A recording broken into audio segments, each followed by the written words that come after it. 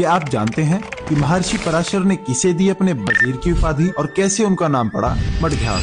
मंडी में बदार, रहलारोपा और कुल्लू घाटी के भी कुछ स्थानों पर होती है इनकी पूजा। बारिश न होने पर इनकी 7 बहनें मिलकर इन्हें बारिश करवाने पर भी कर देती हैं विवश। तो आइए देवी देवताओं की कहानी सुनाती इस सीरीज में आज हम आपको लिए चलते हैं महर्षि सुखदेव के पास। महामुनि सुखदेव ऋषि की एक ऐसी दंत कथा जो कि शायद ही किसी को मालूम हो। मंदिर बन जाने के उपरांत जब महर्षि पराशर शिल्पकार को 1 मन सोना देने में असमर्थ हो गए तो शिल्पकार उनसे बार बार उपहार मांगने लगा। बार बार तंग किए जाने से महर्षि पराशर क्रोध में उठे और उसे फूंक मारी, जिससे वह मीलों दूर जाकर गिरा और उसकी मृत्यु हो गई। परंतु फिर उसी शिल्पकार की आत्मा महर्षि पराशर को परेशान करने लगी, जिसे लोक भाषा में हाउंटू भी कहा जाता है। परेशान होकर महर्षि पराशर ने ऋषि मुनियों और ब्राह्मणों के विचार विमर्श किए और अंत में यह निष्कर्ष निकला कि इस जीवात्मा को किसी को गले में धारण करना पड़ेगा। फिर एक महासभा का आयोजन किया, जिसमें बदार, शनौर और उत्तरशाल घाटी के सभी देवी देवताओं को बुलाकर महर्षि पराशर ने सारा वृतांत सुनाया और कहा कि जो भी शिल्पी को अपने गले में धारण करेगा